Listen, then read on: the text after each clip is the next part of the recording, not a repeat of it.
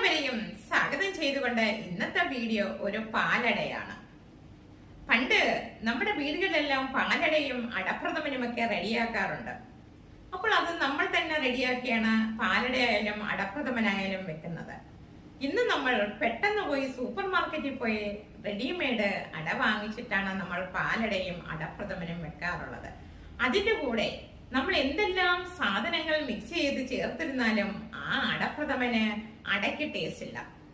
അട കഴിക്കുമ്പോൾ പച്ചമാവാണ് നമുക്ക് കഴിക്കാറുള്ളത്. പക്ഷെ മിക്സ് ചെയ്ത സാധനങ്ങൾക്കൊക്കെ വളരെയധികം ടേസ്റ്റുമായിരിക്കും. അപ്പോൾ ഈ അട എന്ന് പറയുന്നത് നമ്മൾ വീട്ടിൽ റെഡിയാക്കുമ്പോൾ അതിനകത്ത് പച്ചരി മിക്സിയിൽ അരച്ചെടുക്കുമ്പോൾ അതിനകത്ത് തേങ്ങ ചേർക്കും. വാഴയിലയിൽ അത് വളരെ സോഫ്റ്റ് ആയിട്ട് നമ്മൾ ഉണ്ടാക്കിയെടുത്ത് ആ അട നമ്മൾ റെഡിയാക്കി എടുക്കുമ്പോൾ പാലിനകത്ത് കിടന്ന് തിളയ്ക്കുമ്പോൾ എന്തോരു സ്മെല്ലാണ്. വളരെയധികം രുചിയോടും ടേസ്റ്റോടും കൂടി നമുക്ക് ആ പാലട കഴിക്കാൻ പറ്റും. അപ്പൊ അതെങ്ങനെയാണ് ഞാൻ ഇന്നിവിടെ തയ്യാറാക്കുന്നത് നമുക്കൊന്ന് കണ്ടു നോക്കാം. ഇന്നത്തെ തലമുറകൾക്കും അത് കണ്ടുപഠിക്കുകയും ചെയ്യാം. താല്പര്യമുള്ളവർക്ക് എല്ലാവർക്കും ഇന്ന് ഈ രീതിയിൽ നമുക്കൊന്ന് ഉണ്ടാക്കി നോക്കാം. വളരെയധികം ടേസ്റ്റാണ്. നിങ്ങൾ ഈ രീതിയിലൊന്ന് ഒരിക്കലൊന്ന് ചെയ്ത് നോക്കിക്കഴിഞ്ഞാൽ പിന്നെ നമ്മള് കടയിൽ നിന്നും വാങ്ങിച്ച് റെഡിയാക്കാറില്ല. പെട്ടെന്ന് നമുക്ക് വേണമെങ്കിൽ വാങ്ങിച്ച് റെഡിയാക്കാം. അപ്പോൾ ഇതുവരെയും എന്നെ സപ്പോർട്ട് ചെയ്ത എല്ലാവർക്കും ഞാൻ നന്ദി രേഖപ്പെടുത്തിക്കൊള്ളുന്നു. വീഡിയോ കാണാതെ കമന്റ് ഇട്ട് പോകുന്നവർക്കും നന്ദി അറിയിച്ചുകൊണ്ട് ഇന്നത്തെ വീഡിയോയിലേക്ക് നമ്മൾ കിടക്കുന്നു. പാലടയ്ക്ക് വേണ്ടി ഞാൻ 2 ഗ്ലാസ് പച്ചരി ഞാൻ വെള്ളത്തിലിട്ടു. അതിൻ്റെ കൂടെ കുതിർന്നതിന് ശേഷം ഞാൻ മിക്സിയിലിട്ട് അരച്ചെടുത്ത് അതിൻ്റെ കൂടെ 1 മുറി തേങ്ങയും കൂടെ ഞാൻ അരച്ചെടുത്ത് ഈ പരുവത്തിൽ വേണം നമ്മൾ അരച്ചെടുക്കേണ്ടത്. കൂടുതൽ വെള്ളം നമുക്ക് ചേർക്കാൻ പാടില്ല. ഈ അളവിലാണ് നമുക്ക് മാവ് കിട്ടേണ്ടത്. അപ്പം 2 ഗ്ലാസ് അരി, അതിൻ്റെ കൂടെ 1 മുറി തേങ്ങയും കൂടെ ഞാൻ അരച്ച് ഈ രൂപത്തിലാക്കി വെച്ചിട്ടുണ്ട്. ഇത്രയും വാഴയിലയാണ്. 4 പാക്കറ്റ് പാലും കൂടെ കരുതിയിട്ടുണ്ട്. അപ്പോൾ വാഴയില എടുത്തിട്ടുണ്ട്.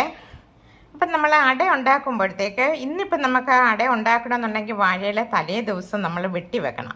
വെട്ടി വെച്ചിരുന്നാലേ അത് ഫ്രഷ് ഒന്ന് വാടിയിരിക്കും. നമ്മൾ ഫ്രഷായിട്ട് എടുക്കുമ്പോഴത്തേക്ക് ഇല പൊട്ടിപ്പോവുക.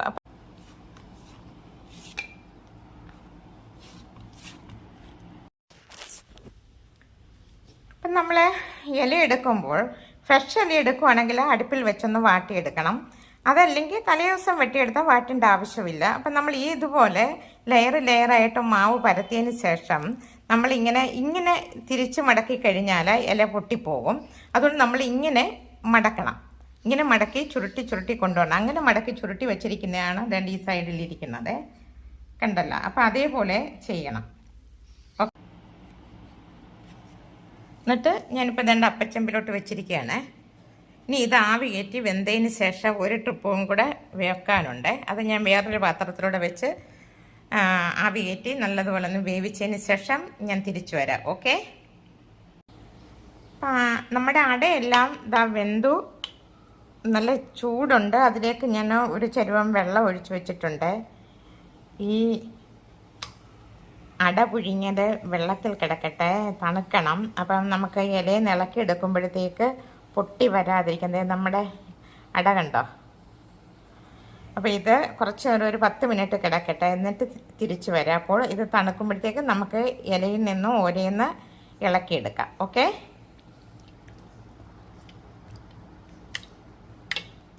തിരിച്ചു വരാം. അപ്പോൾ നമ്മുടെ അടയെല്ലാം റെഡി ആയിട്ടുണ്ട്. ഇനി ഇതിൽ നിന്ന് നമ്മൾ ഇളക്കിയെടുക്കുകയാണ്.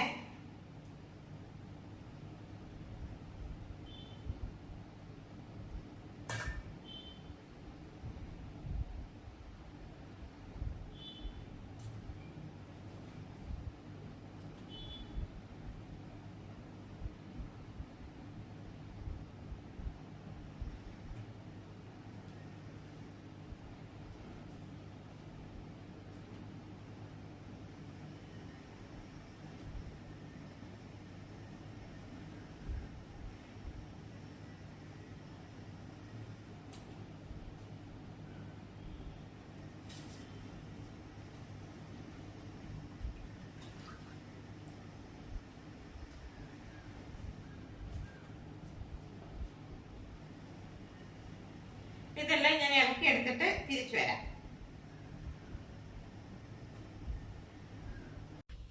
അപ്പോൾ നമ്മുടെ റെഡിയാക്കിയ അടയെല്ലാം ഇങ്ങനെ കട്ട് ചെയ്ത് വെച്ചിട്ടുണ്ട്.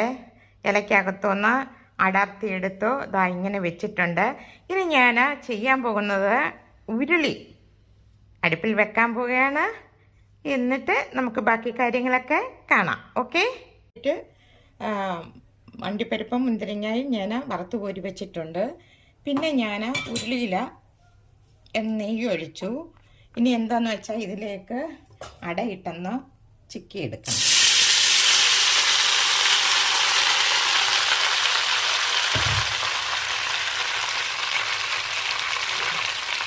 നെയ്ക്കകത്ത് ഇതൊന്ന് വരച്ചതിന് ശേഷം ഇതിലേക്ക് പാലൊഴിക്കും. ഇപ്പം ഞാൻ ഇതിലേക്ക് 2 കവറ് പാല് ഇതിലേക്ക് ഒഴിക്കുകയാണ്. 2 കവറ് മാറ്റി വെച്ചിട്ടുണ്ട്. ലാസ്റ്റ് ഒഴിക്കാം. തിളച്ചതിന് ശേഷം തിരിച്ചു വരാം. ഓക്കെ. അപ്പോൾ നമ്മുടെ പായസം പകുതി ഭാഗമായി. ഇനി ഇതിലേക്ക് ഞാൻ ചവ്വരി പ്രത്യേകം ഞാൻ കാച്ചി വെച്ചതാണ്. വേണ്ടേ ഇതുകൂടി ഇതിനകത്തോട്ട് ഒഴിക്കുകയാണ്.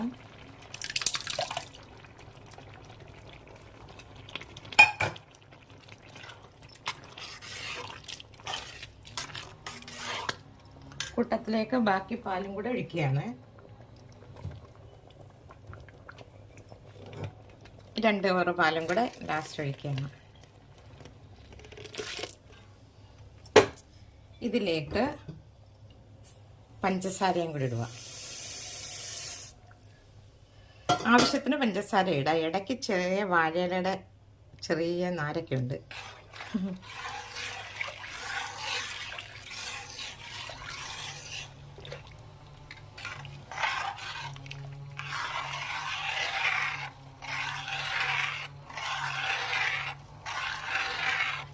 ഇപ്പോൾ തന്നെ അമ്പലപ്പുഴ പായസത്തിൻ്റെ ഒരു നല്ല സ്മെല്ല് വരുന്നുണ്ട്.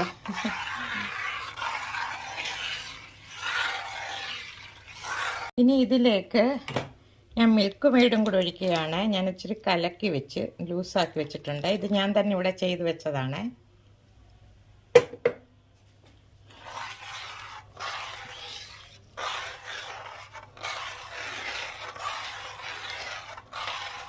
ഒന്നര ഗ്ലാസ് മിൽക്ക് മെയ്ഡ് ഉണ്ടായിരുന്നു.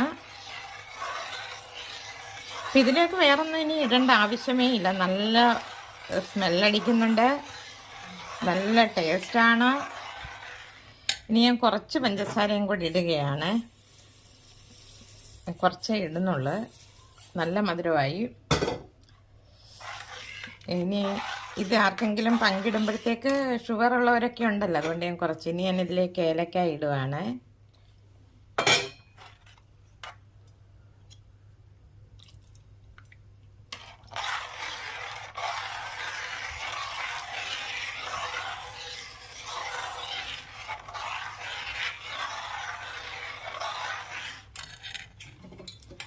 വറുത്ത് കോരി വെച്ചിരുന്ന അണ്ടിപ്പരിപ്പ്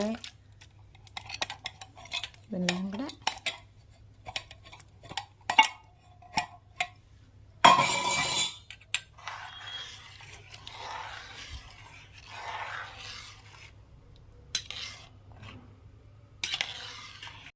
അപ്പോൾ എല്ലാവരും കണ്ടല്ലോ, നല്ല സ്മെല്ലാണ്. എന്താണെന്ന് വെച്ചാൽ വാഴയിലക്കകത്ത് വാഴയിലയുടെ ഒരു സ്മെല്ലുണ്ട്. പിന്നെ പാല് നല്ലതുപോലെ വെന്ത് കുറുകി വന്നിട്ടുണ്ട്. ഒരു തുള്ളി വെള്ളം പോലും ഇതിനകത്ത് ചേർത്തിട്ടില്ല. കൂടാതെ ഇതിൻ്റെ കൂടെ 1.5 കപ്പ് മിൽക്ക് മെയ്ഡും കൂടെ ഞാൻ ഇതിനകത്ത് ചേർത്തിട്ടുണ്ട്. എന്താ നല്ല മണമെന്നറിയാമോ, നല്ല സ്മെല്ലടിക്കുന്നുണ്ട്. ഓക്കെ. അപ്പോൾ ഇത് തണുത്തതിന് ശേഷം ഞാനൊരു ബോട്ടിലിലാക്കാം, എന്നിട്ട് തിരിച്ചു വരാം. എല്ലാവർക്കും പാലട റെഡിയാക്കുന്നത് ഇഷ്ടപ്പെട്ടെന്ന് കരുതുന്നു. ഇഷ്ടപ്പെട്ടിട്ടുണ്ടെങ്കിൽ സപ്പോർട്ട് ചെയ്യുക. ഇനി ഒരു പുതിയൊരു വീഡിയോ ആയിട്ട് ഞാൻ നിങ്ങളുടെ മുന്നിൽ എത്തുന്നതായിരിക്കും. നന്ദി, നമസ്കാരം.